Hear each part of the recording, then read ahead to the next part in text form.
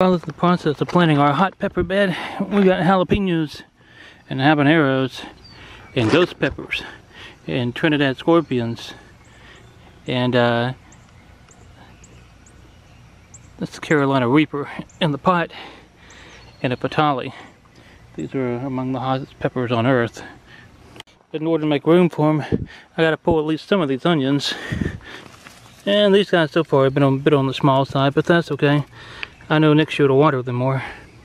Big crop. You see a lot of these have gone to bloom, so I need to pull them before they end up rotting the bulb.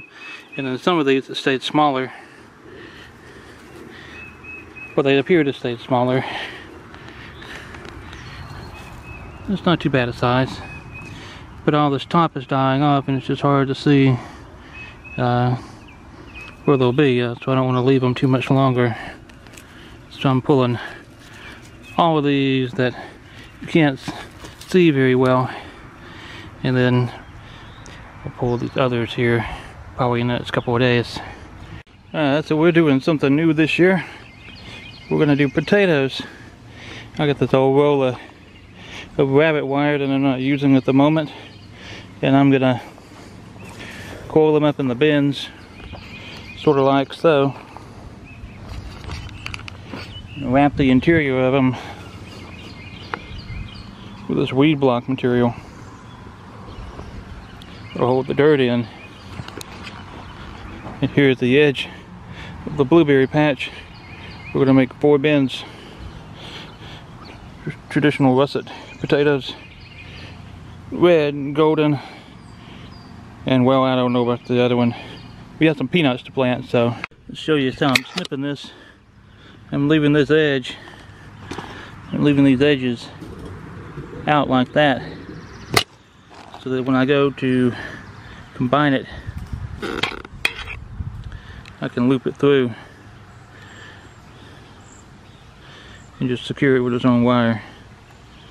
So we have blight on the pepper plants. That's what's going on with these, and I bought some fungicide and we'll have to apply that here pretty shortly. But we got quite a good little harvest of banana peppers and maybe a bell pepper. I see one hanging over there. This one I probably almost better pull out. You can see how bad off it is. It just really needs some help. It's really going to hurt our harvest this year. Doesn't seem to be affecting anything else though so far. The one semi-healthy bell pepper plant. And we're going to take this little guy so I can apply that fungicide. We'll be cooking this up tonight. These banana peppers are crazy how big they get. And that thing is as big as my hand. That's awesome. Get this guy. We're just going to cut all of these.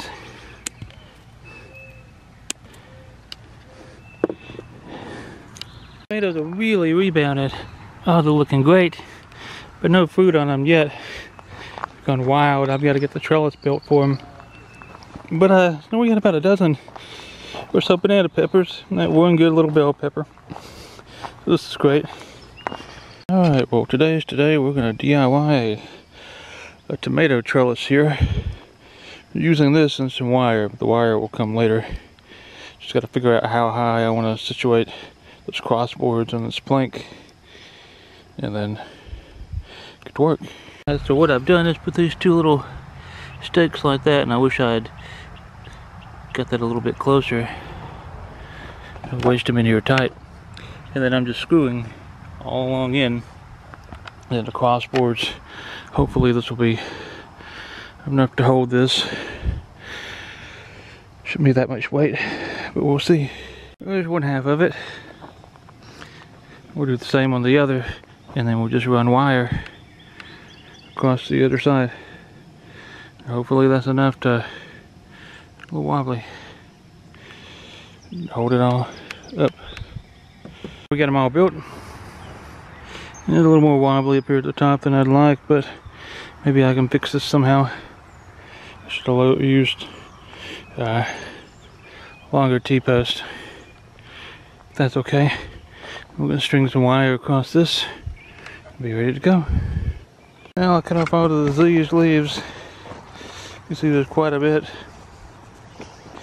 Probably still more I could cut. I'm just raking them into piles. I'll throw that away. And we'll put some mulch on it.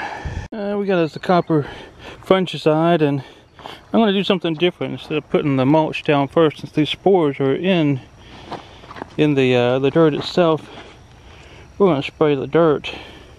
And maybe that's stupid, but I know the spores splash up from the dirt itself.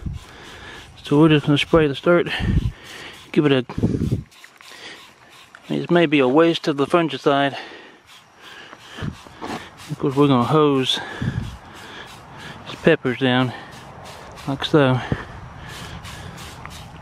Let's apply this every 7 days, I think it said on the label, and see if we can get some results here in a couple of weeks. Well, now we got the mulch on it. This will help with spore control from the blight, and should also help with some moisture retention. In fact, I may do this to all my beds.